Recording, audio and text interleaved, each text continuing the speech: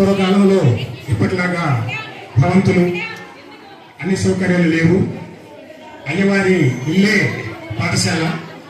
ఆయన ఇంటి ముందు ఖాళీ స్థలమే తరగతి గదులు. అయ్యవారి దగ్గరికి పిల్లలు వస్తూ ఉంటారు. ఇప్పటిలాగా ఏకరూప దుస్తులు, యూనిఫామ్ అలాంటివి ఏమీ లేవు.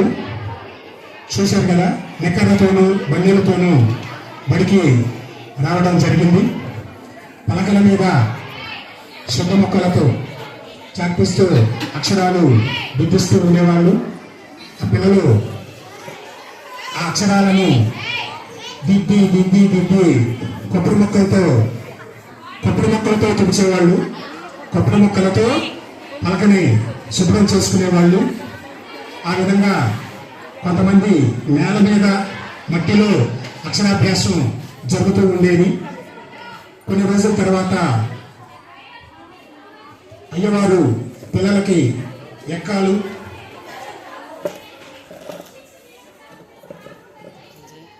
తర్వాత శతక పద్యం, ఇప్పటిలాగానే గణిత శాస్త్రంలో కోడికలు, తీసివేతలు, గుణకారాలు, భాగహారాలు, భిన్నాలు, వడ్డీ లెక్కలన్నీ కూడా నేర్పుతూ ఉండేవాళ్ళు. అలా 1 సంవత్సరం 2 సంవత్సరాలు గడిచిపోయిన తర్వాత పెద్ద బాల శిక్ష పాఠ్య గ్రంథంగా ఉండేది. పెద్ద బాల శిక్ష ఆ రోజుల్లో పాఠ్య గ్రంథంగా ఉండేది. దానిలో నుంచి కొన్ని వాక్యాలని చదివించేవాళ్ళు అయ్యవారు పిల్లలు లేపి. అలా 1 సంవత్సరం పెద్ద బాల శిక్ష అభ్యసన అయిపోయిన తరువాత పిల్లలకు కృష్ణ శతకం, వేమన శతకం, సుమతి శతకం ఇలాంటివి చెప్తూ ఉండేవాళ్ళు. పిల్లలు ఏదైనా చిన్న తప్పు చేసినప్పుడు అయ్యవారు ఆ పిల్లవాడిని దండిస్తారు. ఆ పిల్లవాడిని దండించాడు. ఆ పిల్లవాడు వెంటనే పరిగెత్తుకుంటూ వెళ్ళి వాళ్ళ నాన్నగారిని తీసుకొస్తారు. ఆ రోజుల్లో తల్లిదండ్రుల ఆలోచన విధానం ఎలా ఉంటుందో గమనించండి. పిల్లవాడిని దండించాడు, కానీ ఆ నాన్నగారు వచ్చేసి పిల్లవాడిని గురువు గారికి, అయ్యవారికి నమస్కారం చేస్తారు. తర్వాత ఆ రోజుల్లో మనకిప్పుడు ఎంఈఓలు, డిఈఓలు ఉన్నట్టుగా ఆ రోజుల్లో స్కూళ్ళ తనిఖీ ఇన్స్పెక్టర్ గారు ఉండేవారు. ఆయన ఆ రోజుల్లో సాయంత్రం పూట వచ్చేవాళ్ళు బడికి, అయ్యవారి దగ్గరకు వచ్చేవాళ్ళు. అయ్యవారికి ఆ పిల్లలందరినీ పిలుచుకురమ్మని ఆయన చెప్పేవారు.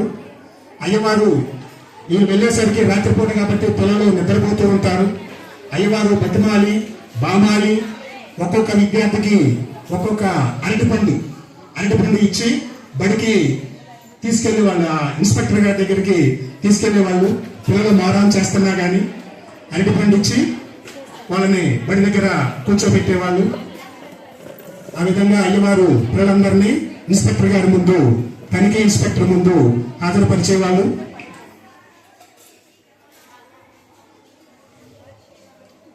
పిల్లలందరూ అక్కడికి చేరారు. ఇన్స్పెక్టర్ గారు అప్పుడు ఒక్కొక్క పిల్లవాడిని లేపి పద్యం చెప్పమనేవారు. తర్వాత ఒక ఎక్కం చెప్పమనేవారు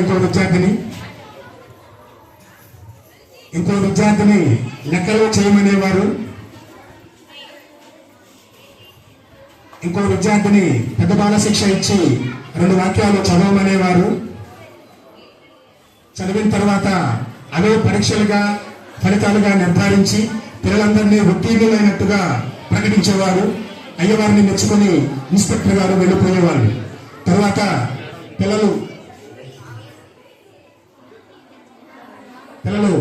పండగల సందర్భంలో అయ్యవారితో కలిసి ఇంటింటికి తిరుగుతూ ఉంటారు. ముఖ్యంగా దసరా పండగప్పుడు రకరకాలుగా దసరా వచ్చిందయ్యా, సరదా తెచ్చిందయ్యా, దసరా వచ్చిందయ్యా అలానే పిల్లలందరూ కూడా ఇంటింటికి తిరుగుతూ ఉంటే ఆ రోజుల్లో ఇంటి యజమానులు అయ్యవారికి పావలానో బేడానో ఇచ్చి పిల్లలకి శనగపప్పు బెల్లం పెట్టేవారు. శనగపప్పు బెల్లం పెట్టేవాళ్ళు. ఆ విధంగా ఆ అయ్యవార్లు పిల్లలు తమ పండగ సంతోషాన్ని ఆ విధంగా పంచుకునేవారు.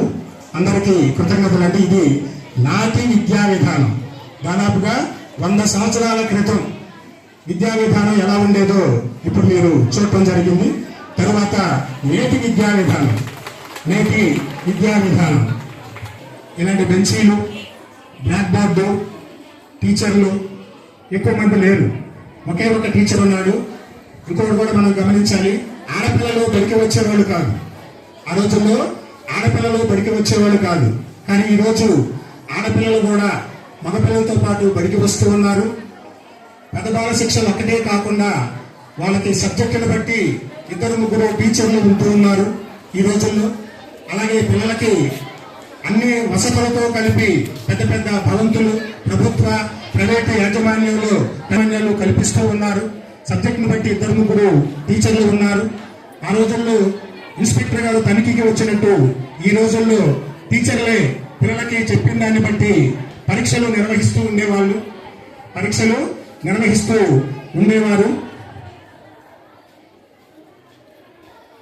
పరీక్షలు రాసిన తర్వాత ఆ జవాబు పత్రాలను సేకరించి వాటిని సరిదిద్ది వారికి వచ్చిన మార్కుల్ని తల్లిదండ్రులకు అలాగే యాజమాన్యాలకు కూడా నేటి ఉపాధ్యాయులు సబ్మిట్ చేయడం జరుగుతూ ఉంటుంది.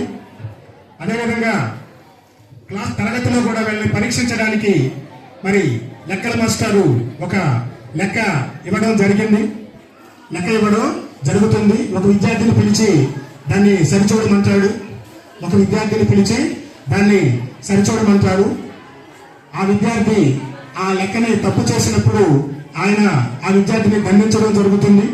వెంటనే ఆ పిల్లవాడు వెళ్ళి వాళ్ళ నాన్నగారిని తీసుకురావడం జరుగుతూ ఉంది. జాగ్రత్తగా గమనించండి. నాటి విద్యా విధానంలో తల్లిదండ్రుల ఆలోచన విధానం, నేటి విద్యా విధానంలో తల్లిదండ్రుల ఆలోచన విధానాన్ని మనం గమనించాలి.